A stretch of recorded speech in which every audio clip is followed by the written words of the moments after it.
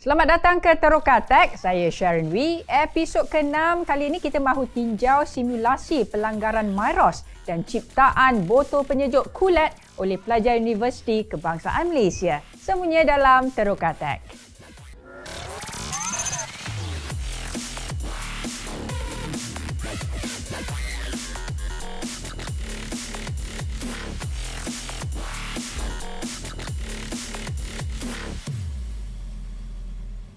Baiklah, kita mulakan dengan perkembangan terkini teknologi. Nampak macam Robocop, tapi ia adalah topi keledar pengimbas suhu.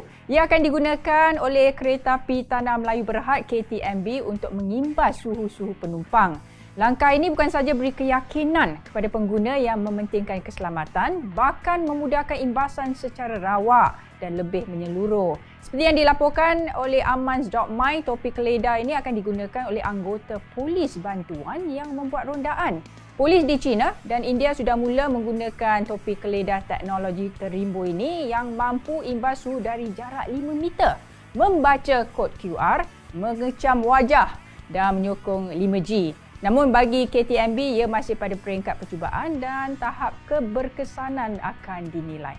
Seterusnya, Mineral merupakan projek pertanian komputasi yang dipimpin oleh syarikat Alphabet. Salah satu alat yang dicipta adalah bagi tanaman, di mana ia mampu merekod data tentang tanaman, jenis tanah dan faktor persekitaran dengan penggunaan Artificial Intelligence (AI), simulasi, sensor dan robotik.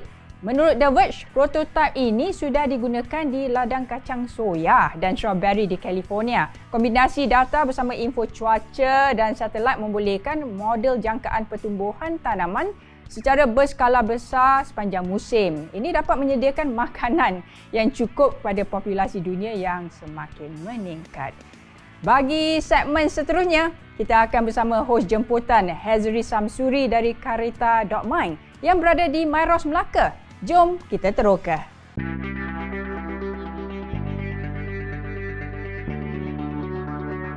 Terima kasih Sharon. Saya Hazri Samsuri kini berada di Air Molek Melaka.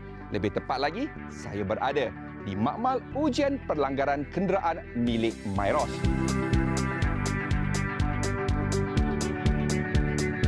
Ia ialah satu-satunya makmal seumpama itu di Malaysia dan juga di ASEAN. Jadi kenapa saya di sini? Kerana ada yang berkata, ujian-ujian pelanggaran ini meningkatkan kos pembuatan kenderaan dan membebankan pengguna. Betul ke? Jom kita ke dalam dan kita pelajari sedikit sebanyak apa yang dilakukan di dalam makmal ini dan apa kesannya kepada pengguna.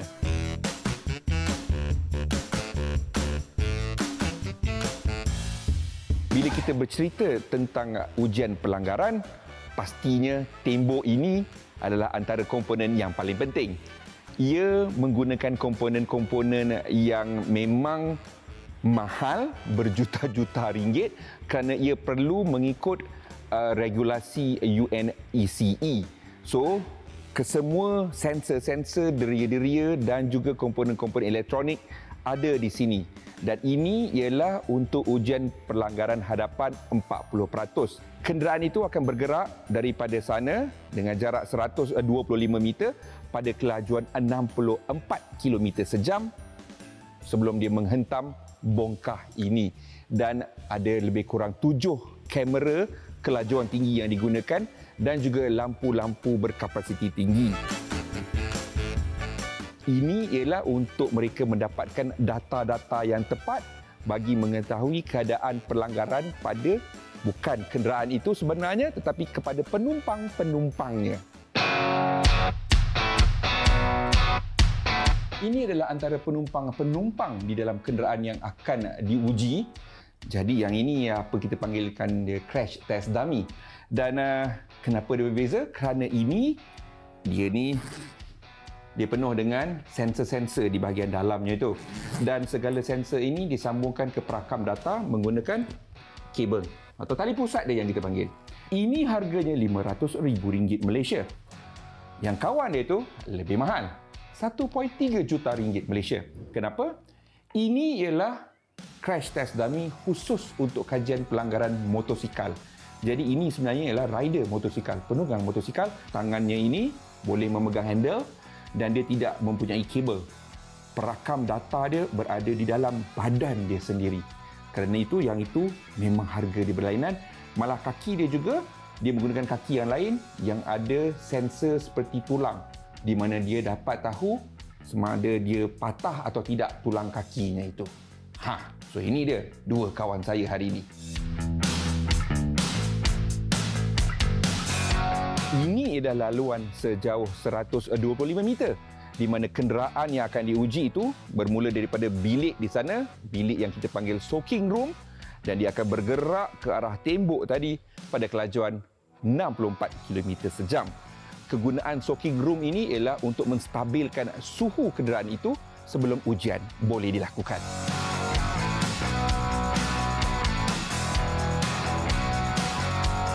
Ini ialah rolling deformable trolley, dan trolley ini digunakan untuk ujian perlanggaran sisi.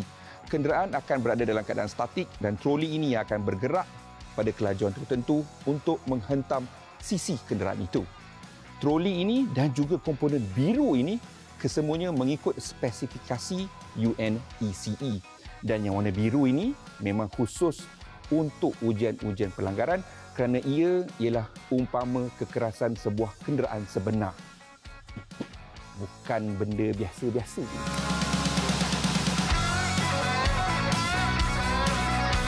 Setiap ujian pelanggaran oleh ASEAN NCAP akan melibatkan dua jenis penumpang, penumpang dewasa dan juga penumpang kanak-kanak.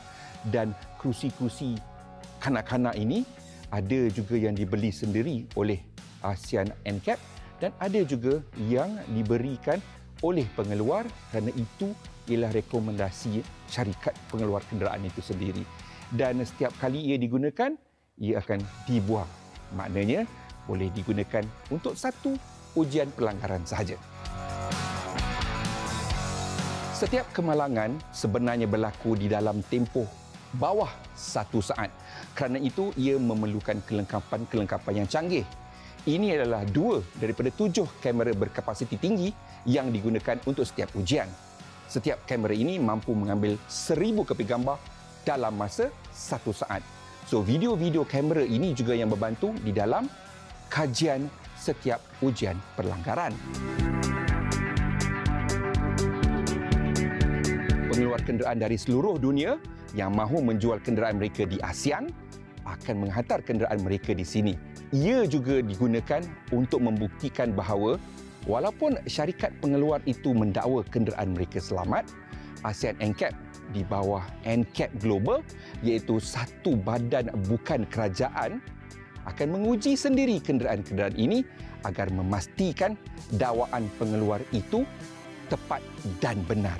Jadi apa gunanya kepada pengguna seperti saya, consumer? Jadi saya tahu apa yang diiklankan itu selamat, benar-benar selamat.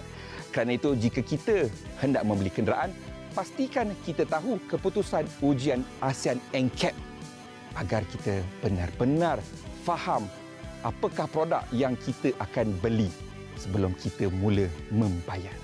Sekian saja daripada saya, Hazri Samsuri, di Makmal Ujian Pelanggaran Mairos Air Molek, Melaka. Kembali kepada Sharon. Terima kasih Hazri, info yang cukup baik. Baiklah, kita teruskan dengan segmen yang ketiga di mana saya bersama dengan dua pelajar dari Fakulti Teknologi dan Sains Maklumat Universiti Kebangsaan Malaysia yang mencipta produk kulat iaitu botol penyejuk menggunakan USB. Bersama saya ialah Sofia dan juga Hafiz. Apa khabar? Khabar baik. Kita lihat ya, banyak ciptaan pelajar-pelajar dan juga belia-belia muda Malaysia. Memang berbakat sangat. Jadi kita nak tahu apa itu kulat. So, kulat ialah satu botol penyejuk yang menggunakan USB saja ataupun boleh guna solar sahaja ataupun dua-dua sekali boleh. Kulat ni akan sejukkan air sehingga 13 degree Celsius di mana-mana sahaja kita pergi. Memang hebat tu, sebab saya pun atlet lah, suka minum air sejuk, jadi tak payahlah letak elektrik ke apa, letak USB dah boleh sejuk kan. Dan kita nak tahu juga, macam Sofia dengan Hafiz kombinasi pelajar lah, Itu our leaders, future leaders ni macam mana dapat ilham untuk bergabung cipta Kulat? Saya semasa saya duduk di kampus di universiti saya selalu ada masalah nak cari air yang sejuk. Saya terpaksa pergi ke vending machine yang berdekatan, tapi dia menyusahkan saya sebab kampus tak boleh bawa peti ais dan lagi-lagi lah nak bawa kawin kan, semua tu tak boleh. So saya terfikirlah untuk membuat device yang boleh bawa di mana-mana dan hanya boleh power guna USB saja. So itulah terhasilnya projek Kulit ini. Wow, hebat. Kalau selalunya USB, kadang-kadang kita komputer letak data semua, ni dah boleh sejukkan botol penyejuk ni kan. Teknologi yang digunakan oleh anda berdua untuk cipta produk ini. Produk ini menggunakan CPU cooler mechanism. Basically dalam komputer kita, kita ada satu software, kita ada satu komponen ni, nama dia Peltier module. Peltier module ni selalunya digunakan untuk menyejukkan CPU, di mana dia boleh capai sehingga 13 Celsius dan ia sangat bagus kerana ia boleh sejukkan dalam tempat yang kecil berbanding kalau dengan peti ais yang biasa, dia sangatlah besar dan tak muat kalau nak masuk ke dalam botol. Kalau saya nak buat ni, main squash boleh lah, tapi kalau nak ciptaan sebegini ni memang atas sikit, memerlukan kemahiran dan sebagainya kan. Dan macam saya katakan tadi lah, teknologi, skill dan sebagainya, kemungkinan anda boleh dengan terperinci lah. Sofia mungkin nak add in sikit teknologi selain daripada apa yang telah dikatakan oleh Hafiz. Jadi kalau dalam Kulit ni, kita selain daripada Peltier module, kita ada guna heatsink. Heatsink tu dalam CPU cooler ataupun apa-apa sistem yang sejukkan, heatsink tu membantu lagi mengeluarkan heat daripada air tu. Kiranya heatsink tu sangat penting, and also fan tu akan disperse heat lagi bagus, so dia lagi efisien. Ya, kelebihan untuk produk ni? Kelebihan produk ini dia menggunakan sangat energi yang sangat sikit. So kita boleh power guna power bank. So itulah, dia tak perlu banyak sangat elektrik. So dia sangat menjimatkan elektrik dan dia juga boleh bawa di mana-mana. Boleh muat dalam beg, boleh masuk dalam, kalau nak masuk dalam poket ke lah, macam tu. Poket pun boleh? Wow, tu yang bagus. Okey, kita lihat di sini lah, prototype lah. Yang ada kat sini ada botol, ada fan, macam-macam kat sini. Mungkin Hafiz dan Sofia nak terangkan sikit prototype ni. Okey, sebagaimana kita boleh tengok, temperature air ni sudah capai 18 Celsius kalau rasanya. Okey, basically dekat dalam tengah-tengah dia ada satu komponen ni, nama dia Peltier module. Saya boleh tunjuk. Okey, temperature sekarang, kalau boleh tengok, kalau saya tak masukkan dia jadi 32. So saya connectkan dengan USB. Okay. So Sharon boleh rasa sini, sangat sejuk. Oh, sejuk ni, bagus. Dalam 2 saat dah sejuk. So kita boleh check temperature dia. So dia tulis kat sini memang low. So memang benda ni memang kita letak dekat sini. So itulah cara dia menyejukkan air. Nak tahu jugalah dengan fan yang ada kat sini. Sofia mungkin boleh terangkan apa kegunaan fan. Macam saya cakap tadi, sambungan daripada Hafiz tadi, kat Peltier module ni, atas ni sejuk, bawah ni panas. So apa yang kita buat, sejuk tu kita menghala kepada air untuk sejukkan, and heat daripada sini macam mana nak disperse dia is through this fan. So fan ni akan membantu heat tu keluar daripada air tu lagi efficiently, and heatsink ni pun akan membantu juga menyerap lagi banyak haba tu daripada. Baguslah. I nak beli secepat mungkin. Bila I boleh beli ni? Kulit ni bila? Nak tanya sebab kalau boleh kita nak pasarkan ke pasaran tempatan, pasaran antarabangsa kan, nak tunjuk kehebatan anak-anak muda kita lah. Jadi perancangan untuk masa hadapan. Waktu sekarang kita kalau kita nak jual benda ni, kita akan fokuskan dalam macam online platform seperti Shopee ke Lazada ke. Lepas tu untuk mendapatkan macam investor kan. Kami sekarang kan student, kita tak banyak duit lah kan, bajet pun tak ada. Jadi kami macam join banyak competition untuk search for investors and so on. So kalau kami cukup bajet nanti, kami akan buatlah the real bottle tu kan, kulit tu untuk dipasarkan dekat Shopee ke Lazada ke. It's a good platform sebab sekarang memandangkan COVID kan, kita kena pasarkan mesti online lah.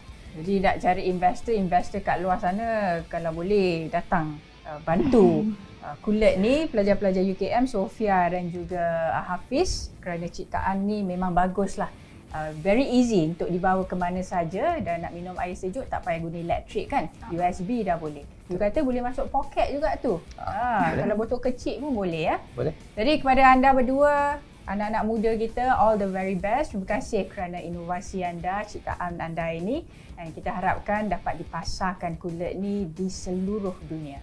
So sekali lagi selamat maju jaya. Terima kasih. Terima kasih.